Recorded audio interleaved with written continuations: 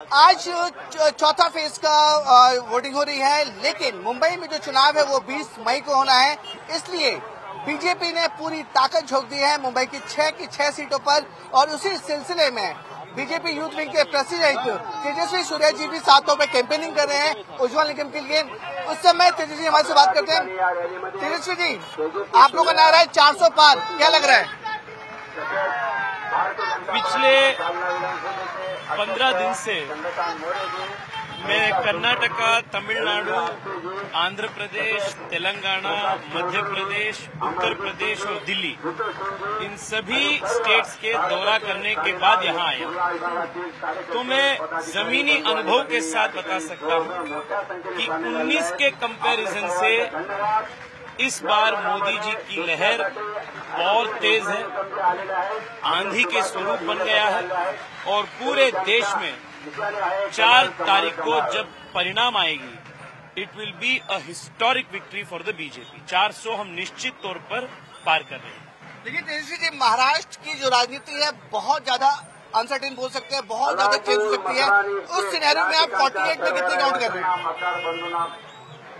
महाराष्ट्र के जनता भी ये जानते हैं कि ये राष्ट्र का चुनाव, ये देश के चुनाव, यहाँ भारतीय जनता पार्टी को डालने वाले हर वोट नरेंद्र मोदी जी को पुनः देश के प्रधानमंत्री बनाए। देश सुरक्षित रहना है, समृद्ध रहना है और 2047 के विकसित भारत संकल्प वो सिद्ध होना है, तो फिर एक बार नरेंद्र मोदी प्रधानमंत्री बनना ही है।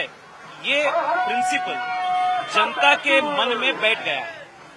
तो इस चुनाव में मोदी जी और वोटर एक डायरेक्ट कनेक्ट है और अपना वोटर बहुत जागरूक है।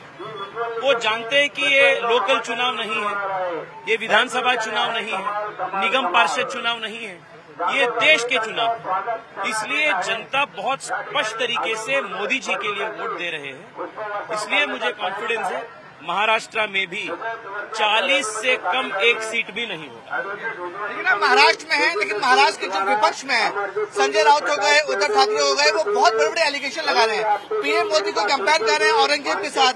बोलते हैं कि औरंगजेब 25 साल राज किया, उसको हमने मार दिया, तो पीएम मोदी क्या चीज है? आज औरंगजेब जैसे, बाबर जैसे, हुमायूं जैसे कोई व्यवहार कर रहा है तो वो इंडी गठबंधन वाले कर रहे हैं। गैर संवैधानिक मुस्लिम रिजर्वेशन, यही औरंगजेब के जप करने वाले इंडी गठबंधन लोग देश के ऊपर लागू करने के लिए साजिश कर रहे हैं। दिन रात ये इंडी गठबंधन वाले औरंगजेब के, बाबर के, मुगलों के जप करते रहते हैं। इसलिए दिन रात इनको सब में औरंगजेबी देखने में आता है। इस चुनाव के बाद इनके सब हकीकत बंद हो जाए। सर, राहुल गांधी ने बोला है कि आप मोदी जी को बुलाइए डिबेट पर, आपने ट्वीट पर रिप्लाई भी किया है। भाई साहब, हम डिबेट के लिए तैयार हैं, पर किसके साथ डिबेट होना है ये तय होना जरूरी है।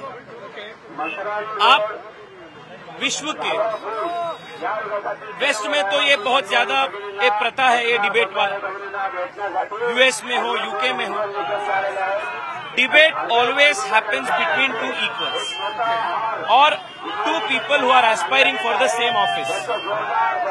सो राहुल गांधी जी ना इंडी गठबंधन के पीएम कैंडिडेट है, ना कांग्रेस पार्टी के पीएम कैंडिडेट है, वो एक साधारण एमपी। वो कैसे प्रधानमंत्री जी के साथ और एनडीए के, बीजेपी के ऑफिशियल पीएम उम्मीदवार के साथ वो कैसे एक डिबेट कर सकते हैं? सो नरेंद्र मोदी जी के साथ डिबेट करने से पहले या उनको डिबेट में आह्वान करने से पहले राहुल गांधी जी अपने आप को कम से कम कांग्रेस पार्टी का, इंडी गठबंधन में भी कोई उनको एक्सेप्ट करने के लिए तैयार नहीं है, पर कम से कम अपने खुद के पार्टी के ऑफिशियल उम्मीदवार के रूप में आना जरूरी है। तब तक हम युवा मोर्चा से अपने कार्यकर्ता को हम डेप्यूट कर रहे हैं उनके साथ डिबेट करने के लिए। कौन रहेगा आपकी तरफ से? आज हम अपने कार्यकर्ता को डिबेट में हम डेप्यूट कर रहे हैं। अपना एक बहुत मेधावी अपना दलित कार्यकर्ता है अभिनव प्रकाश जी, जो कई सारे विश्वविद्यालयों से एमए पीएचडी डिग्री पाए हैं। दिल्ली विश्वविद्यालय में वो प्रोफेसर भी हैं और अत्यंत पिछड़ा दलित समाज से आते हैं। आज हम उनको डेप्यूट कर रहे हैं राहुल गांधी जी के साथ डिबेट करने के लिए। At the time of Rahul Gandhi choosing, at the place of Rahul Gandhi choosing, Abhinav Prakash ji is ready to debate with him. यानी कि राहुल गांधी मोदी जी के लेवल के नेता नहीं है। खुद कांग्रेस पार्टी उनको अपना पीएम कैंडिडेट नहीं माना है। इंडी गठबंधन छोड़ दीजिए भाई साहब, खुद राहुल गांधी के अपने पार्टी जो एक फैमिली प्रॉपर्टी जैसे वो चलाते हैं, प्राइवेट कंपनी जैसे चलाते हैं, उस पार्टी के शेयर होल्डर्स भी तैयार नहीं है उनको पीएम कैंडिडेट के रूप में देखने के लिए। तो राहुल गांधी जी should first get himself nominated as the official PM candidate of the Congress party. Then the Bharatiya Janata Party and Narendra Modi ji is ready to debate with him. So last question, you belong to the South India. 2019 में से पूरे south India में 129 seat में से BJP 29 जीती थी। क्या scenario में चेंज हुआ? कितनी सीटें जीती? क्यों साउथ मोस्टली कमजोर रहता है बीजेपी के लिए। 4 जून को जब चुनाव की परिणाम आएंगे, Bharatiya Janata party will emerge as the single largest party in all South Indian states. लिख के रखिए। उज्जवल सर जी हमारे साथ है। सर रेस्पॉन्स से कैसा लग रहा है? आप देख रहे हैं कि पूरे महाराष्ट्र में मेरा और आम आदमी का नाता किस तरह से जुड़ा है, और वो जुड़ा इसलिए है कि जो आज पाकिस्तान के हमने भंडाफोड़ कर दिया, वो उसके लिए जो मुझे सहयोगिता मिली होगी वो मोदी सरकार की तरफ से। क्योंकि आपको पता है कि डेविड हेडली की गवाही जो हमने ली, उस वक्त मोदी सरकार ने जिस प्रकार मदद की, उसी प्रकार से ही आज हमने पाकिस्तान का भंडाफोड़ कर दिया। और ये जो आम आदमी है, इसकी तार हमसे जुड़ी है। इसका रिस्पॉन्स देख रहे हैं, इतनी कड़ी धूप में भी किस प्रकार वो कह रहे हैं कि कमाल कमाल मोदी मोदी। ये बात क्या समझते हैं? ये बात यही दर्शाती है कि आम आदमी का प्यार मोदी सरकार की बात। सर 400 में आपकी सीट आएगी, कितने कॉन्फिडेंट हैं आप? क्या 400 सीट में से आपकी सीट कितनी कॉन्फिडेंट आएगी? 400 के ऊपर जाने की मैं कॉन्फिडेंट हूँ। अगर राजनीति में हूँ ये मत भूलिए, मेरा हौसला उस वक्त जितना बुलंद था, ये राजनीति उससे दुगना हो गया।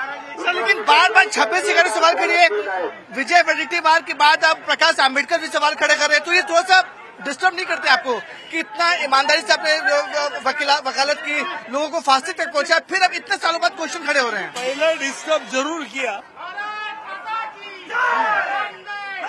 पहले तो जरूर डिस्टर्ब किया, लेकिन जब मेरा आम आदमी को मुझे रिस्पांस मिला और आम आदमी ने जिस तरह से इनका मक्कारपना झुटकार दिया, तो मुझे मेरा हौसला और बुलंद हो गया। Thank you so much sir. तो ये थे हमारे साथ उज्जवल निकम और तेजस्वी सूर्या जो बात कर रहे हैं। उनका साफ तौर पर कहना है कि हर हाल में ये सीट जीतेगी और 4 तारीख को सबको पता चल जाएगा। मुंबई से कैमरामैन कल्पेश के साथ विवेक गुप्ता, न्यूज़ 18 इंडिया।